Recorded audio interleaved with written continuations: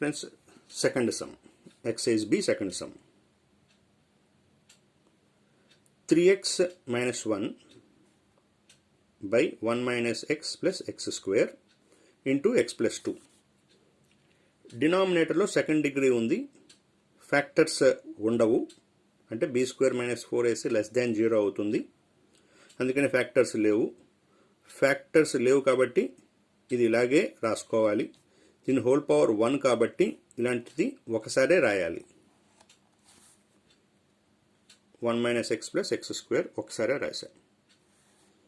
దీనికి whole power 1 కాబట్టి X plus 2 అనేది ఒకసారే రాయాలి. ఇప్పుడు వీటికంటే తక్కువ పవర్ న్యూమరేటర్లో ఉండాలి.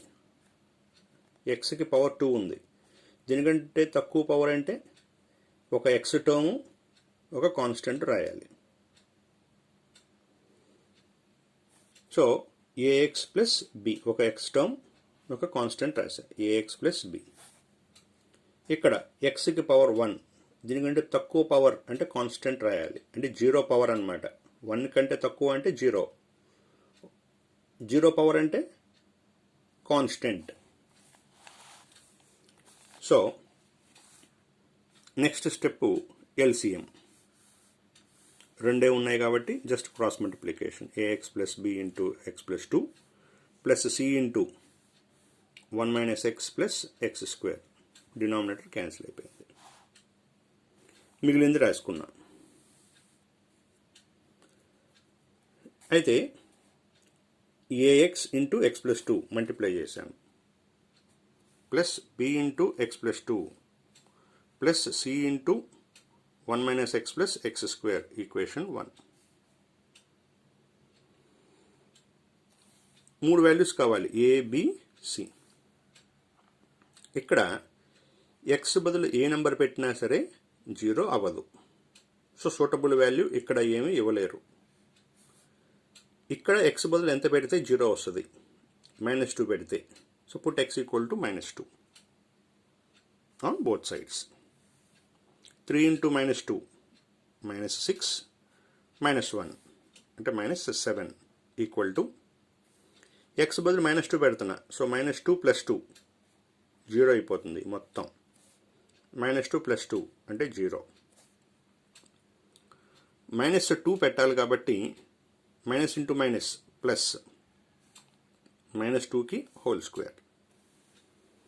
సో -7 ఈక్వల్ టు 1 + 2 ప్లస్ 4 అంటే 7.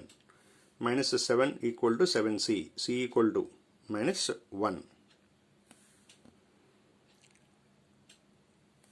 సో సూటబుల్ వాల్యూస్ ఇంకా ఇచ్చే అవకాశం లేదు. అందుకోసం ఏం చేస్తున్నాను, ఇంకా మనకి ఏబి వాల్యూస్ రావాలి కాబట్టి కంపేర్ చేస్తున్నా.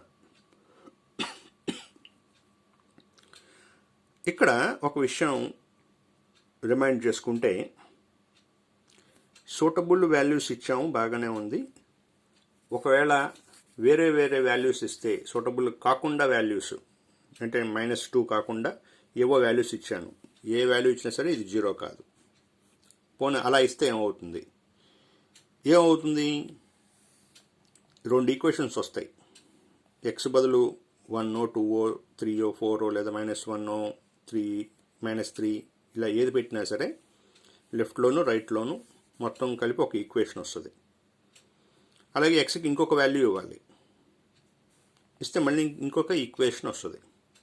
ఆ 2 ఈక్వేషన్స్ని సాల్వ్ చేసుకోవాలి, అప్పుడు ఏబి వాల్యూస్ వస్తాయి. ఈ చాప్టర్ బిగినింగ్లో వెరీ ఫస్ట్ సమ్ చేసినప్పుడు, అంటే థర్డ్ వీడియోలో 3 డిఫరెంట్ మెథడ్స్ చేశాను. రివైజ్ చేస్తే తెలుస్తుంది. సో సూటబుల్ వాల్యూస్ ఏమి లేవు కాబట్టి నేను రిమైనింగ్ వాల్యూస్ రావటం కోసం కంపేర్ చేస్తున్నాను. Compare X square on both sides.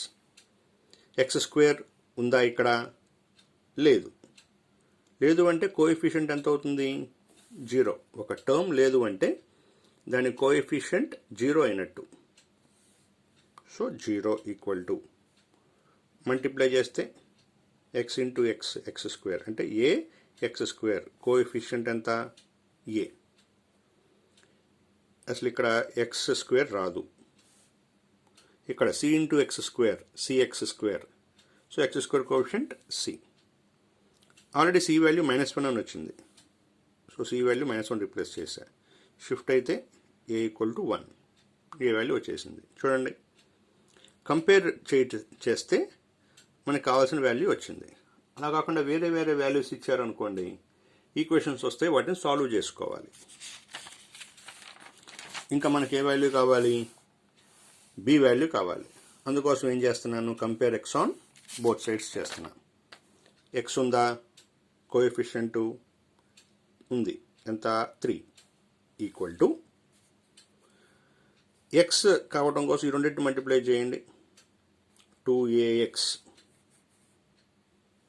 అంటే ఇక్కడ రాస్తుందో చూడండి, a x square plus 2ax plus bx plus 2b plus c minus cx plus cx square. X ఎక్కడెక్కడ ఉందో దాని కోఎఫిషియన్స్ రాసేసుకోండి, 2a, సో 2a.